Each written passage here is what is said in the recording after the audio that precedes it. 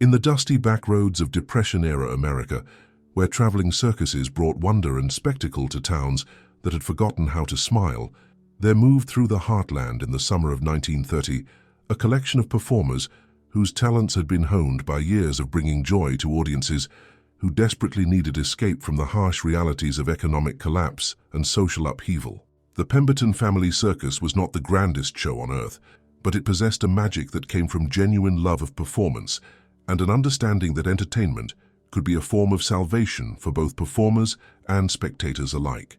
Among the colorful cast of acrobats, animal trainers, and musicians who comprised this traveling family, there was one figure whose presence brought both delight and an undercurrent of unease that even the most devoted circus fans could not entirely ignore. He was known simply as Grinny, a clown whose elaborate costume and theatrical makeup created an impression of eternal joy that seemed to transcend the economic hardships that surrounded their performances. But it was not his skill as a performer that made Grinny memorable to those who worked alongside him. It was the fact that no one, not even his fellow performers who lived and traveled with him for months at a time, had ever seen his face beneath the intricate mask that he wore at all times. The mask itself was a work of art that seemed to have been crafted by someone with both technical skill and an understanding of theatrical psychology that bordered on genius. Made from what appeared to be porcelain or painted wood, it featured the exaggerated smile and bright colors that were characteristic of traditional clown makeup, but with subtle details that created an impression of personality and intelligence that went far beyond simple comic relief.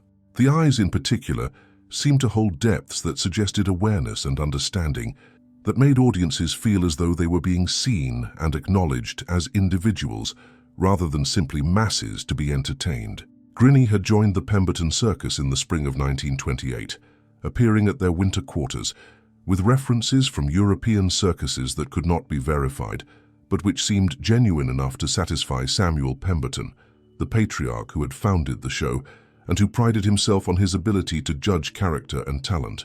The new clown's performances were extraordinary from his very first show, displaying a combination of physical comedy, audience interaction, and theatrical timing that elevated the entire production and drew crowds that exceeded anything the circus had previously experienced. But from the beginning, there had been something unsettling about Grinny's absolute refusal to remove his mask or to appear in public without the complete costume that defined his character. He ate his meals alone in his private wagon, claiming that his appearance without makeup would be disturbing to children and harmful to the magical atmosphere that the circus worked so hard to create. He slept in his costume, performed his daily activities while maintaining his theatrical persona, and spoke only in the exaggerated voice and manner that his character required.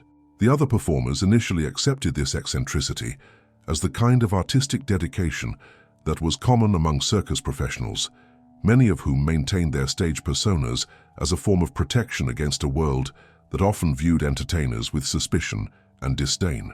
But as months turned to years, and Grinny continued to live entirely within his theatrical identity, even his most understanding colleagues began to wonder what he might be hiding, and whether his refusal to reveal his true self stemmed from artistic commitment or something far more disturbing.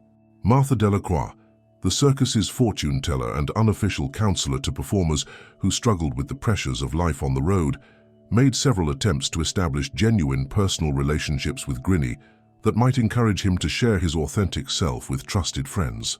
But her efforts were consistently rebuffed with humor and misdirection that maintained his jovial exterior while revealing nothing about the person who might exist beneath the painted smile. He speaks as if Grinny is his real name and his clown persona is his true identity, Martha wrote in her diary during the summer of 1929.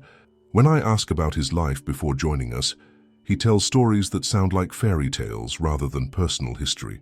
It's as if he has no existence outside of his role as a clown, or perhaps as if he's determined to ensure that no such existence remains accessible to others or even to himself. The first hints that Grinny's mysterious nature might involve more than simple privacy came during the circus's stay in a small Kansas town where one of the local physicians, Dr. William Morrison, attended their performance and noted aspects of the clown's physicality that seemed inconsistent with normal human anatomy. Dr. Morrison had served as a military surgeon during the Great War and possessed knowledge of human physiology that enabled him to recognize anomalies that casual observers might miss. The performer's movements suggest joint flexibility and body proportions that are unusual even by the standards of professional acrobats, Dr. Morrison noted in a letter to a colleague. His hands appear longer than normal human hands should be, while his posture and gait suggest skeletal structure that may have been modified through injury or developmental abnormality. Most intriguing is the fact that he never removes any portion of his costume, including gloves that cover his hands completely. Dr. Morrison's observations were shared with Samuel Pemberton, who had always prided himself on providing a safe and supportive environment for performers who might be marginalized by conventional society due to physical differences or social circumstances. The circus world had long served as a refuge for individuals whose appearances or abilities made them unwelcome in normal communities, and Pemberton assumed that Grinny's secretiveness stemmed from disfigurement or deformity that would make public appearance without costume inadvisable. But Pemberton's attempts to discuss this possibility with Grinny were met with responses that seemed to confirm the physician's suspicions while revealing nothing concrete about the nature of whatever condition might require concealment. The clown spoke vaguely about accidents and changes that had made his original appearance unsuitable for public viewing, while expressing gratitude for the circus's acceptance of his need for privacy and theatrical protection. The situation became more complex during the circus's engagement in a Missouri town where Grinny's performance seemed to have an unusual effect on the audience, particularly the children who typically comprised the most enthusiastic portion of circus crowds. Rather than the simple delight that clown acts usually produced, Grinny's routine created an atmosphere of fascination that bordered on hypnotic trance, with young spectators staring at him with intensity that made their parents uncomfortable. Several children were reported to have had vivid dreams about Grinny following the performance, dreams that involved the clown removing his mask to reveal faces that changed and shifted in ways that their young minds could not adequately describe. The parents who reported these incidents were reassured by circus management that such dreams were normal responses to exciting entertainment, but the consistency of the reports and the distress they caused began to create concerns about Grinny's effect on impressionable minds.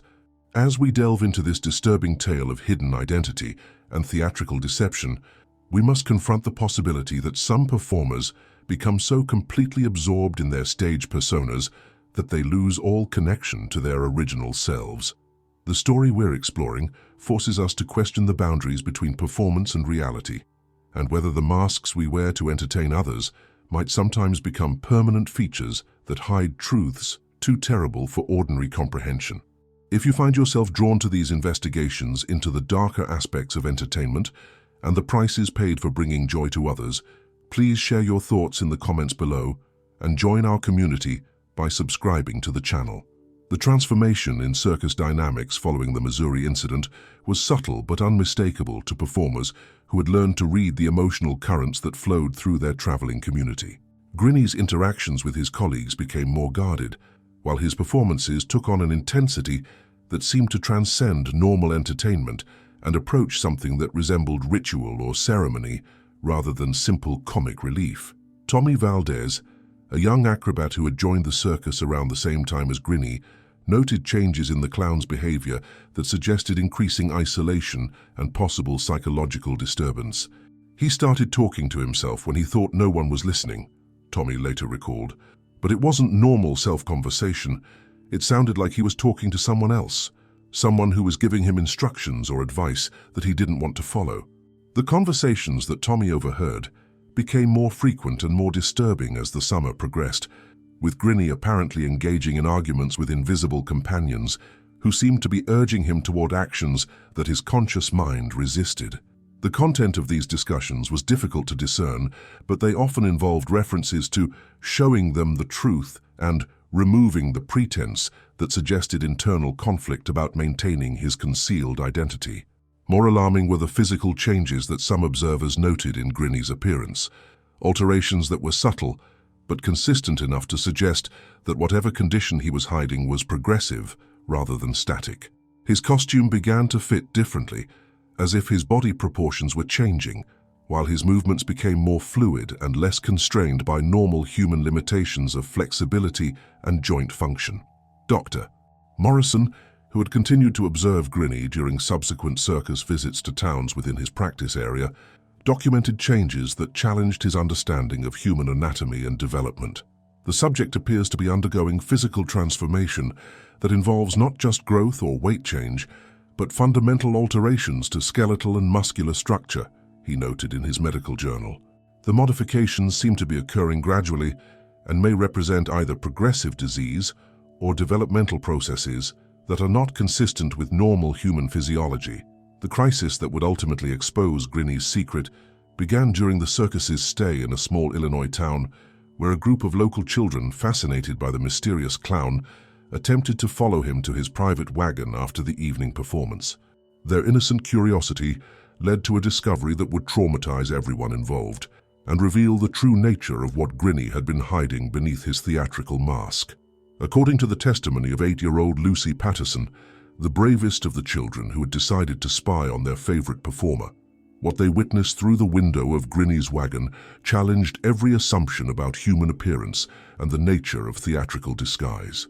The clown was indeed removing portions of his costume, but what was revealed beneath the clothing and accessories was not human flesh, but something that resembled a mixture of organic and artificial materials that seemed to shift and change as they watched.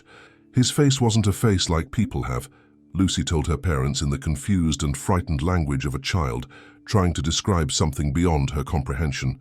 It was like it was made of lots of different pieces that moved around and changed into different faces. And his hands. When he took off his gloves, his hands had too many fingers, and they were all different sizes.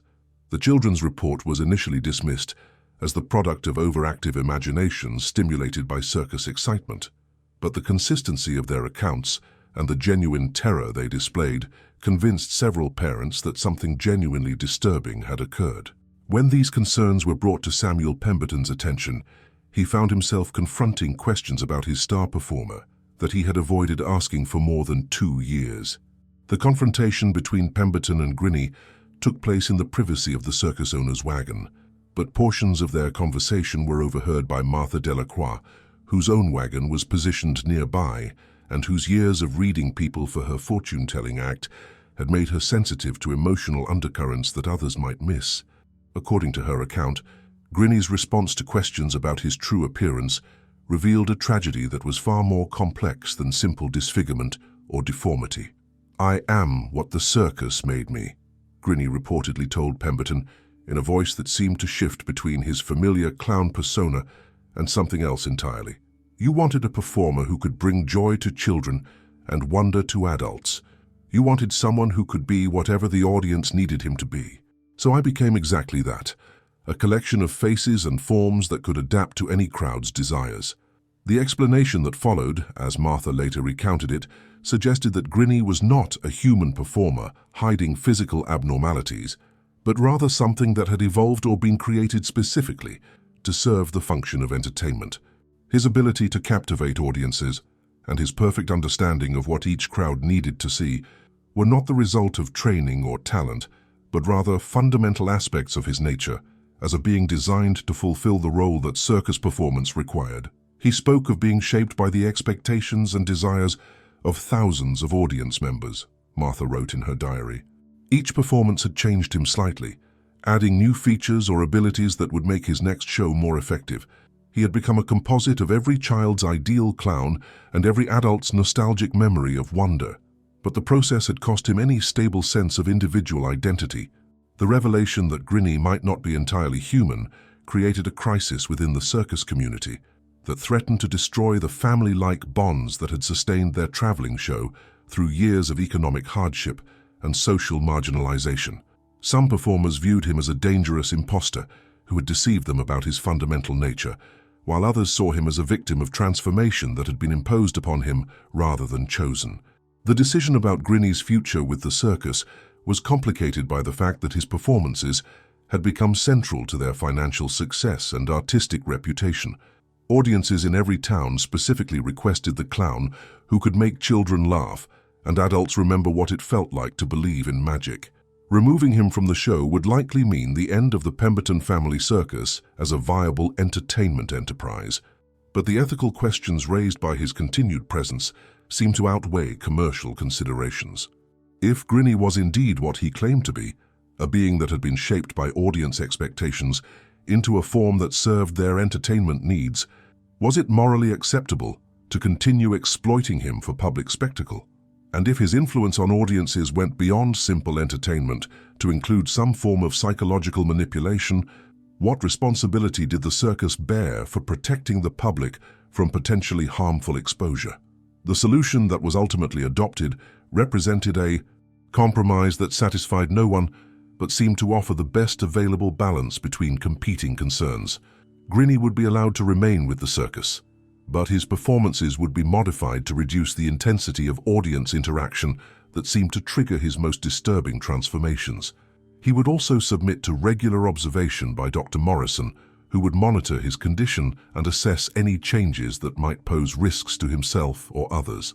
But the implementation of these restrictions revealed the extent to which Grinny's identity had become dependent on his role as a performer. Without the intense audience engagement that had sustained him, he began to deteriorate both physically and psychologically, becoming less coherent and less capable of maintaining the persona that had defined his existence. Dr. Morrison's examinations during this period documented changes that suggested Grinny was literally coming apart without the regular reinforcement that audience attention had provided. The subject appears to be losing cohesion both mentally and physically, the physician noted. His responses to questions become increasingly fragmented, while his physical form seems to be reverting to a less stable configuration that may represent his original state before transformation. The final crisis came during a performance in an Indiana town where Grinny's deteriorating condition led to an incident that exposed his true nature to a packed audience and created chaos that would ultimately destroy the Pemberton family circus. As he attempted to perform his standard routine, the psychological pressure of maintaining his clown persona while struggling with internal disintegration proved too much for his compromised system to sustain. The mask that had hidden his face for more than 2 years began to crack and peel away during the middle of his act, revealing beneath it not a human face, but a constantly shifting collection of features that seemed to cycle through every face that had ever watched him perform. Eyes, noses, mouths, and expressions flickered across the surface of what should have been his head, creating a kaleidoscope of human features that changed too rapidly for any observer to focus on or comprehend.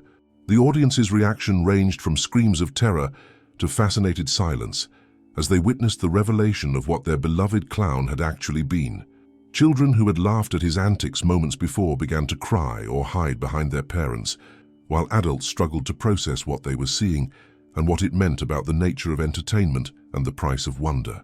Samuel Pemberton's decision to end the performance immediately and evacuate the circus from the town marked the effective end of his show as a commercial enterprise. Word of the incident spread rapidly through circus networks and local communities, creating a reputation that made it impossible for them to book engagements or attract audiences willing to risk exposure to whatever Grinny represented. The aftermath of the revelation divided the circus community about what should be done with a performer whose true nature challenged every assumption about the boundaries between human and non-human entities.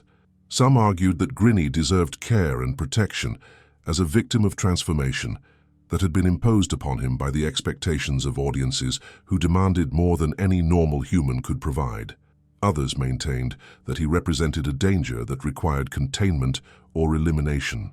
The solution came from Grinny himself, who announced his intention to leave the circus and return to whatever existence he had known before his transformation into a performer designed to fulfill audience desires. His farewell to the colleagues who had been his family for more than 2 years was brief and cryptic, suggesting that his original identity was either unknown to him or too painful to acknowledge. "I was what you needed me to be," he told Martha Delacroix in their final conversation. "But what I needed to be was something that could exist without constantly changing to please others. Perhaps somewhere there is a place for beings like me, or perhaps I will simply dissolve into the possibilities that created me." Grinny's departure from the circus was as mysterious as his arrival had been, with witnesses reporting that he simply walked away into the night and seemed to fade from view rather than disappearing around a corner or beyond a hill. Search efforts found no trace of him, while reports from other circuses and entertainment venues never documented anyone matching his description or possessing his unusual abilities. As our investigation concludes with this haunting tale of identity lost in the pursuit of perfect performance, we must reflect on the prices that entertainers pay to bring joy to others and the dangers of losing ourselves in the roles we play. If these revelations about the dark side of entertainment and the nature of performed identity compel you to consider the boundaries between self and persona, please consider leaving a like and subscribing for more explorations into the hidden costs of bringing wonder to the world. The long-term consequences of the Grinny incident extended far beyond the destruction of the Pemberton family circus to influence the entire world of traveling entertainment and the relationship between performers and audiences. Word of what had been revealed beneath the clown's mask spread through circus and carnival networks, creating new awareness of the psychological pressures that could transform entertainers into something other than their original selves. Dr. Morrison's documentation of the case contributed to early research into what would later be recognized as dissociative identity disorders and the psychological effects of prolonged performance of theatrical personas. His findings suggested that entertainers who became too completely absorbed in their stage identities might risk losing access to their authentic selves in ways that could be psychologically and even physically damaging. The academic study of the case was limited by the lack of physical evidence and the reluctance of circus performers to discuss incidents that might reflect poorly on their profession. But the psychological principles that had been demonstrated, the power of audience expectations to shape performer identity, and the dangers of losing individual selfhood in service of public entertainment, influenced therapeutic approaches to treating entertainers who struggled with identity issues. The broader implications for understanding the relationship between performance and reality continued to resonate throughout the entertainment industry, as performers and managers became more aware of the need to maintain boundaries between public personas and private identity. The case served as a cautionary tale about the risks of allowing professional roles to completely subsume personal identity. The mystery of what Grinny had been before his transformation and what became of him after his departure from the circus remains unsolved, though reports of similar entities have surfaced periodically from entertainment venues around the world. These accounts describe performers whose abilities exceed normal human capabilities and whose identities seem to shift in response to audience expectations. The horrible story of the clown who never took off his mask serves as a reminder that the entertainment we enjoy may sometimes come at prices that are paid by those who provide it, and that the wonder we seek in circuses and theaters may be purchased with the authentic identities of performers who sacrifice their true selves to become what we need them to be. Grinny's transformation from whatever he had originally been into a perfect clown illustrates the dangers inherent in the relationship between entertainer and audience when that relationship becomes so intense that it reshapes fundamental aspects of human identity.